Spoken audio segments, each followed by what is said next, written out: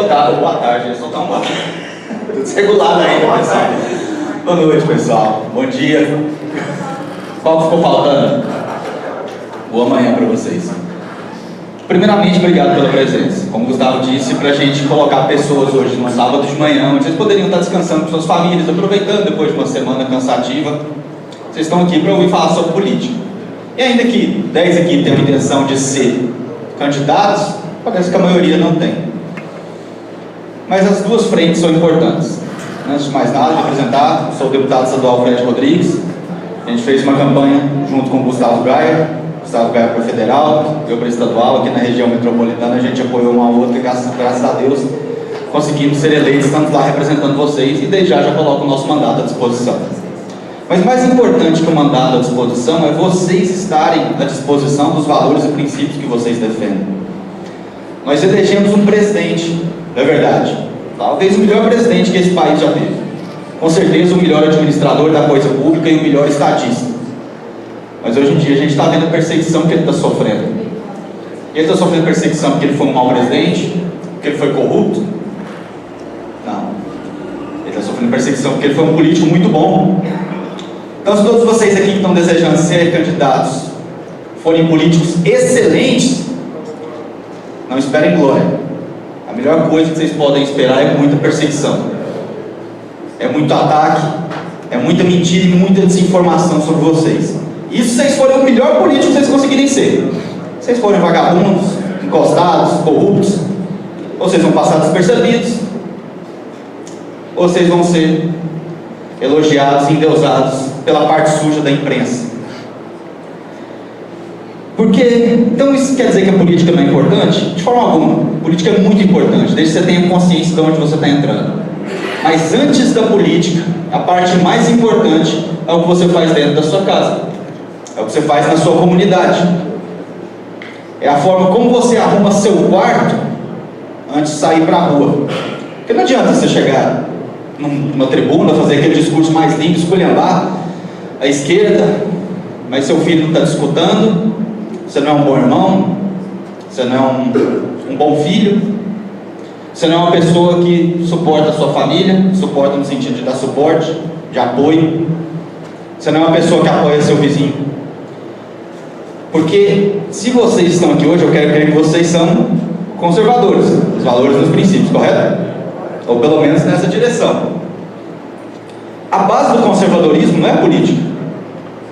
Não é política. A base do conservadorismo é como você se porta. É mais o que você faz do que o que você fala, ou o que você diz que vai fazer. Então, quando você se coloca nessa posição, você passa a entender que a aspiração a um cargo político tem que ser a extensão do que você já faz na sua vida. Não quero aqui dar sermão para ninguém, acho que todos vocês já sabem disso. Mas, quando nós olhamos o que acontece no nosso país, quando nós olhamos a chance que nós tivemos, a pessoa boa que nós colocamos como presidente, e infelizmente o que está sendo feito com ele, por consequência, com seus apoiadores, ou pelo menos com as pessoas ideologicamente afeitas a ele, nós entendemos a importância de nós trabalharmos as bases da sociedade. Então nós conseguimos a cereja do bolo, que é a presidência da República, com todo o bolo podre por baixo. Tem como esse bolo ser gostoso, pessoal? Só a cereja não vai mudar o gosto do bolo. Então o que nós devemos focar? Primeiro de tudo, sua família. Segundo, sua comunidade, seu meio. Terceiro, que nós não podemos abrir mão: cultura, mídia e meio acadêmico, universidades, faculdades, escolas. Nós não podemos abrir mão disso. Vocês têm visto como os professores se comportam com seus filhos? Vocês têm investigado o material escolar? Prestado atenção nas aulas, ou o que seu filho fala quando ele volta da escola? Você acredita na imprensa, sim, quando ela solta a matéria? Ou você vai pesquisar? No meio cultural, você deixa um artista influenciar a sua vida, tomar seu tempo? Um artista que provavelmente tem anos que não abre a própria porta, né? Que não serve o próprio prato de comida, que está totalmente desconectado do mundo real. Se você, infelizmente, está imerso nisso, eu digo para você que a política vai fazer muito pouco efeito na sua vida. A base da sociedade não é a política, a base da sociedade é o meio como todos nós nos comportamos e como todos nós interagimos uns com os outros. Vou dar mais exemplo. Quem acompanhou o caso do deputado Mauri Ribeiro agora? Acompanharam? Eu estava lá naquele dia. Eu fui um dos que começou a discussão. Nós estávamos discutindo justamente com um dos deputados petistas lá, são 3, muito alinhados, viu? Ou seja, a gente tem que dar braço a torcer, trabalham como se fossem um só, são muito alinhados, muito organizados. Mas, como o Gustavo disse aqui, estão do lado da mentira. Então a tarefa deles é, teoricamente, mais difícil. Torna mais fácil porque eles recebem, obviamente, todo um tratamento especial da mídia, que a gente não recebe, o pessoal da direita não recebe. Mas nessa discussão, um deputado petista, Mauro Rubem, estava acusando o Amaury de financiar atos antidemocráticos, financiar o golpe do 8 de janeiro, financiar a quebradeira do 8 de janeiro. Que eu aqui sou o primeiro a dizer, é errado você quebrar patrimônio público, é errado você invadir prédios e quebrar, aquilo ali é nosso. O vandalismo não é correto. Aquilo é nosso. E em momento nenhum o Amaury Ribeiro, o deputado Amaury Ribeiro, nunca coadunou com aquilo ali, nunca coadunou com a quebradeira que aconteceu no 8 de janeiro. Mas ele diz, respondendo ao deputado Mauro Rubem, que os acampamentos na porta dos quartéis, ele apoiou sim. Ele foi lá, levou água, levou comida para quem estava na porta dos quartéis. O que a imprensa suja fez? Pegou a matéria, pegou a fala dele, recortou, tirou todo o contexto da discussão, era uma discussão de mais de 1 hora, com vários deputados subindo e falando, recortou 20 segundos da fala dele, onde ele diz isso. E de uma forma, e aqui a gente entende o controle da mídia, porque é importante nós pegarmos essas posições, de uma forma praticamente sincronizada, soltaram todas as manchetes iguais. Do Popular ao Globo, ao G1, a Bandeirantes, ao Mais Goiás, todas as matérias iguais. Deputado Amaury Ribeiro diz que financiou atos golpistas e que deveria ser preso. Manchetes iguais, sincronizadas. Isso é o que o Gustavo falou, a mentira sendo martelada, a mentira sendo repetida para ela fazer sua prevalência sobre a verdade. E hoje, o deputado Amaury me ligou, dada a perseguição, por mais que nós tenhamos a verdade do nosso lado, às vezes é a hora de saber o momento de recuar.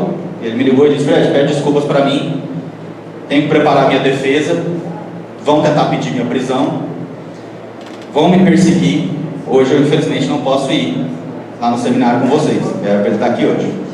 Uma vítima da perseguição e uma político, muito bem votado, muito respeitado, chegou onde vocês aqui, que são os 10 pré-candidatos, queriam estar. Adiantou para ele a política? Não, foi massacrado do mesmo jeito. Essa é a importância de nós termos uma ascendência sobre cultura, mídia e meio acadêmico. Isso é importantíssimo, pessoal. E o meio acadêmico hoje, acho que alguns de vocês aqui que já viram as universidades, o que está acontecendo, estão um pouco tristes. Quem é mais antigo aqui, frequentou a universidade antigamente, sabe. Eu olhei porque não olhei para você porque é mais antigo, não, bicho. Estava só passando o olho. Preocupando. Sabe que as universidades já foram sim um local de ensino. Mas nos últimos 30, 40 anos a esquerda dominou ali de uma forma quase massacrante para nós. A ponto de que eu tive meu filho agora, meu primeiro filho nasceu em agosto. Eu acho que o dia mais feliz da minha vida foi o dia que ele foi falar para mim que ele não quer ir para uma universidade. Eu, não, pai, quero ser mecânico, quero fazer um curso técnico. Não leva para a universidade não, pelo amor de Deus. Porque infelizmente a pessoa vai lá e ela não aprende a profissão. E principalmente nas universidades federais, eles só entram, os caras não gostam de sair. O cara está lá no 25º período de história e ainda se considera estudante. O cara está com 42 anos e está concorrendo à eleição do centro acadêmico. Esse cara vai ser um profissional? Não. A gente está gastando nosso dinheiro para formar um militante profissional. Entra aluno, sai militante, nunca sai profissional. E sai um militante que vai combater os nossos valores. Alô? Sai militante. Sai um militante que vai combater os nossos valores e os princípios. Sai um militante que vai pegar o seu filho e vai tentar desfazer tudo que você passou anos e anos ensinando para ele. Está aí a importância das universidades. É um cara que eu gosto muito, o Olavo de Carvalho. Você já ouviu falar dele? Alguém aqui? Já ouviu? Que bom. O Olavo de Carvalho, na minha visão, foi o maior intelectual que nós tivemos nos últimos 30 anos. Eu falo no mundo, não é só no Brasil não, no mundo. O que ele fazia, a forma como ele conseguia prever os próximos acontecimentos da política, era algo surreal. E ele não fazia isso porque ele era evidente, ele fazia isso porque ele analisava o que já havia acontecido. E analisava o que estava acontecendo. E sabia para onde aquilo ali ia descambar. Se vocês procurarem ter esse tipo de posicionamento na vida de vocês, analisar o que já aconteceu, analisar o que está acontecendo e tentar ver onde vai descambar, vocês vão ver como vocês também conseguem prever muita coisa. O que ele previu um tempo atrás, 2009, 2010? A população brasileira é majoritariamente conservadora, a população brasileira é majoritariamente cristã, majoritariamente contra o aborto, majoritariamente a favor de menos impostos e menos interferência estatal. Por que então que a esquerda governa a gente há 40 anos? Ninguém sabia explicar. E ele falou, a primeira vez que aparecer um candidato de direita, ele vai falar com a população, e quando ele falar com a população, ele vai ser eleito. 4 anos depois, 3 anos depois, a gente viu o Bolsonaro realmente surgindo ali. Por quê? Porque tudo que ele falava ressoava com nós, ressoava com todos nós. Outra coisa que ele previu, nossa mídia, pelo mesmo princípio, nossa mídia é completamente de esquerda, que fala com uma população conservadora. Quando surgir um jornal conservador, esse jornal vai ser um sucesso. E hoje nós vemos vários jornais, Terra Brasil Notícias, Jornal da Cidade Online, a Jovem Pan. A Jovem Pan fez um jornalismo tão associado à população, que falava tanto com a nossa população brasileira, que ela está sendo perseguida. O sistema não pode deixar esse despertar acontecer. Não é bom para eles. Eles querem que todos nós nos mantenhamos ignorantes. Fiquemos longe do nosso potencial. E principalmente, que a gente não perceba o que eles estão preparando para nós. O que eles estão preparando? Sofrimento, autoritarismo, imposição das suas ideias. Então, para vocês que estão querendo entrar na política, e eu incentivo todo mundo que quer entrar na política, eu estou na política, mas tenham a noção que é uma extensão do que você já faz na sua vida, na forma como você apresenta os seus valores e princípios. Você não vai chegar lá e começar a trabalhar, não pensa assim, senão você vai chegar lá e não vai fazer nada, e vai ser massacrado por pessoas como a esquerda, que já estão ali há muito mais tempo e muito mais organizadas para poder silenciar a sua voz dentro da Câmara, dentro de uma Assembleia. A gente tem aqui o Major Vitor Hugo, foi deputado federal há muito tempo, 4 anos, líder do governo, sabe como a esquerda trabalha. É pesado ou não é pesado o jogo deles? Então tem que ser a extensão do que você já faz na sua vida.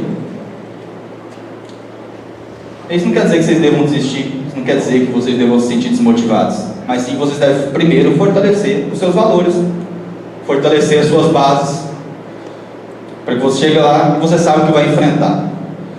Vindo para cá, eu recebi uma, não sei se quem acompanha meus projetos, o primeiro projeto que eu apresentei aqui na Assembleia de Goiás, inclusive o Major Vitor Hugo tem um projeto parecido na Câmara Federal, que ainda está rodando o projeto dele.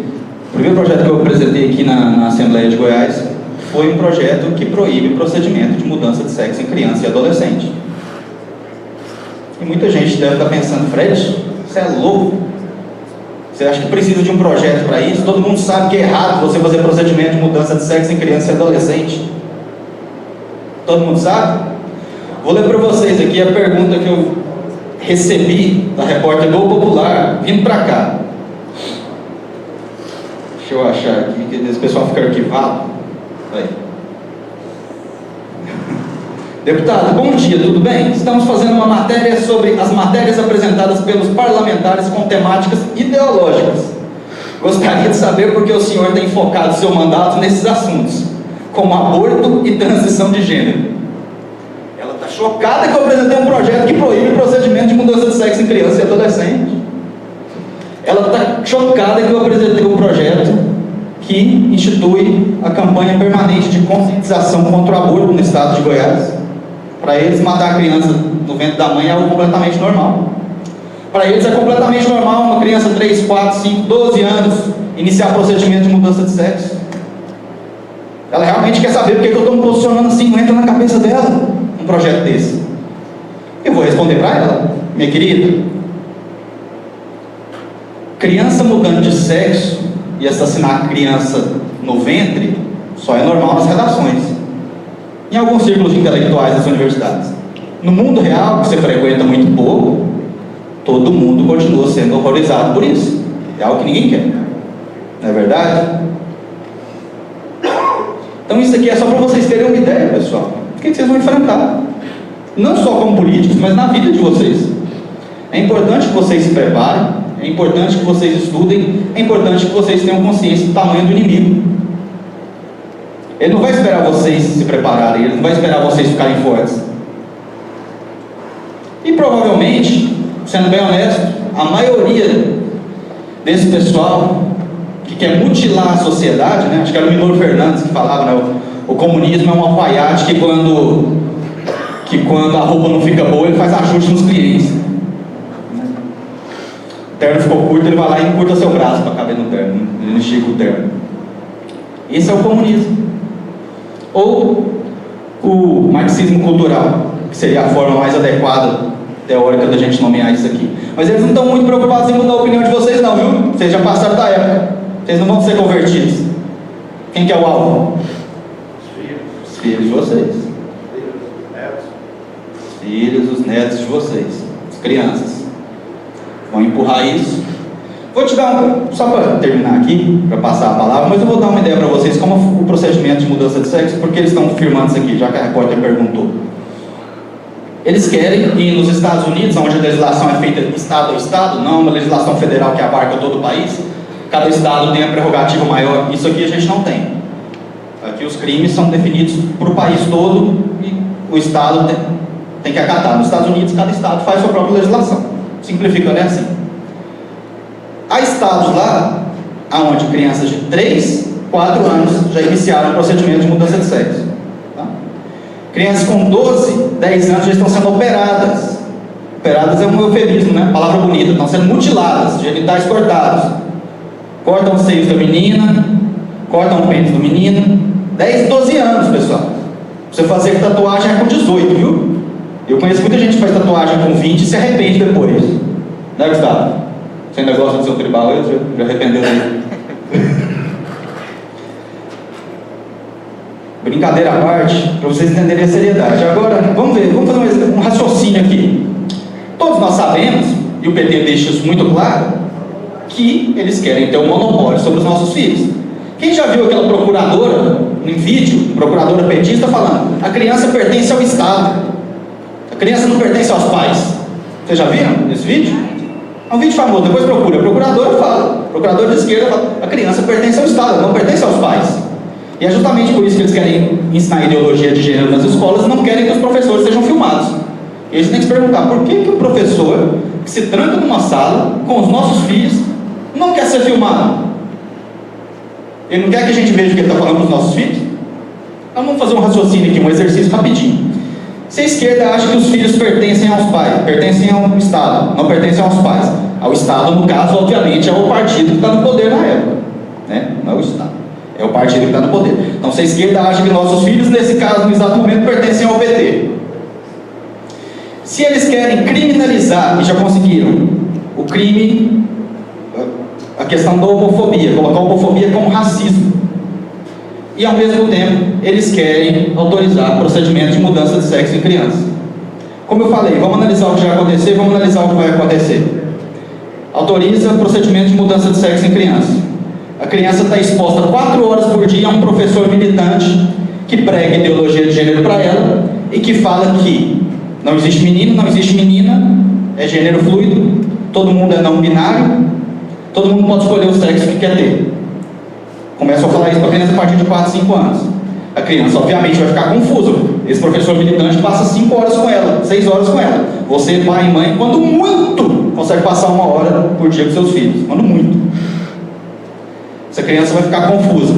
Essa criança vai falar, papai, menino, papai, eu acho que eu sou menina. Você vai falar, não, meu filho, você não é. Vai ser muito difícil para você reverter aquilo ali, porque a ideologia de gênero está constando na escola. 4 horas por dia. Você não vai reverter isso no seu filho. Se você enfrentar, você vai descobrir que agora o Estado acha que seu filho é dele, não é seu. Seu filho vai falar, eu quero fazer um procedimento de mudança de sexo. Você vai falar, não, não vai fazer, você é meu filho. O Estado vai intervir. A criança é do Estado. Vai te colocar como homofóbico, você vai ser preso. Homofobia agora desde 2019 tem que parar do racismo ou transfobia, e seu filho vai poder fazer o procedimento de mudança de sexo. E se você negar, se você tentar intervir, você pode ser enquadrado por abuso da criança ou adolescente. Está vendo como não é difícil entender para onde eles estão querendo ir com isso? E por que a gente está barrando isso agora? Ah, Fred, a lei não fala isso, a lei só permite mudança de sexo com 18 anos. E realmente, a resolução nossa aqui só permite mudança de sexo, a cirurgia de mudança de sexo com 18 anos. Mas aos 12 anos, eles entram com bloqueio hormonal, que impede que a criança desenvolva as características do sexo dela, e aos 16 entram com hormonioterapia cruzada, que faz com que a criança desenvolva características do outro sexo. E outra coisa, vocês acham que eles querem parar com 18 anos? Não querem. Eles querem reduzir isso cada vez mais. Eles querem que seu filho com 5 anos decida mudar de sexo e você, pai, quando for falar alguma coisa, esteja preso, caso tenha te impedido. É isso que a gente está descambando e é isso que eu estou prevenindo. Essa repórter sabe disso? Não sei. Esse pessoal passa 4 anos, eu estou sendo gentil, né? Levando em consideração que ela terminou o curso no tempo correto. Esse pessoal passa 5, 8 anos na universidade estudando para ser burro. Estudando uma única linha de raciocínio, onde eles não estão acostumados a enfrentar o contraditório. Ela talvez nunca se questionou qual é a intenção. Mas quem lê, quem vê o que está acontecendo em outros países, sabe qual é a intenção da esquerda aqui. Isso, saber isso tudo, a política me ensinaria? Não. Isso foi uma coisa que eu tive que aprender ao longo da minha vida e me preparar até chegar no momento de ser o político. Para poder apresentar esse projeto, para saber defender esse projeto, para explicar para os meus colegas deputados, quando eles chegam em mim, não vou citar o nome, mas muitos chegaram em mim, Fred, você está exagerando, para que um projeto desse? E curiosidade, assim que esse projeto nosso foi colocado, foi proposto, ele vai para uma primeira comissão, que chama Comissão de Constituição e Justiça, que basicamente checa se o texto é constitucional ou não. Lá esse projeto é entregue a um deputado membro daquela comissão, e aquele deputado, junto com a sua equipe jurídica, vai decidir se esse projeto é constitucional ou não. Se ele for constitucional, ele segue o rito. Depois que um projeto é aprovado na CCJ, pelo menos aqui na Assembleia, tem 90% de chance dele ser aprovado totalmente. Vocês sabem para quem caiu o meu projeto de proibição de mudança de sexo em crianças? Mauro Rubem, do PT. Foi uma bênção, pessoal. Foi uma bênção. E vou explicar por quê. Eu estava tentando convencer todo deputado na Alegro que aquele projeto não era um exagero, que eu não estava doido. Mauro Rubem pegou esse projeto na CCJ, segurou ele 2 meses, geralmente o prazo de devolução é 1 semana, 2 semanas, quando o cara está muito ocupado, segurou 2 meses, e devolveu ele cheio de diligências. O que é diligência? Você pega um projeto e fala, eu não sei muito sobre esse assunto, mande para a Comissão de Direito LGBT da OAB para eu emitir o parecer. Mande para o CFM, mande para o CRM. Ele pediu diligência para o Ministério da Saúde. Vocês sabem quando o Ministério da Saúde Federal, vocês sabem quando o governo Lula ia devolver? Nunca! Enterrado o projeto. Aí quando os deputados viram aquilo e viram que realmente há uma resistência, ou há um movimento no sentido de promover procedimento de mudança de sexo de criança. Eles viram aquilo e ficaram chocados. Meu Deus do céu! Aí reuniram lá 5 deputados da CCJ, apresentaram um voto separado contra o Mauro Rubem, derrubamos a diligência dele, pedido de diligência, e o projeto agora foi aprovado na CCJ. Então, às vezes, até coisas que a gente acha que vem para o nosso mal acabam nos ajudando, mas a preparação tem que estar lá, meus amigos. Então, para todos vocês que estão querendo ser políticos, se preparem, não achem que é brincadeira, foquem nos seus valores, ainda que o conhecimento técnico demore a vir, os valores e princípios, e vocês estando aqui hoje, eu sei que vocês têm os valores e princípios corretos. E para começar, isso já basta. Mas nunca deixe de se preparar e ter noção do tamanho do inimigo. Tá? Obrigado, eu acabei que eu falei demais aqui, mas eu queria contar as experiências para você. Vou passar para os nossos convidados.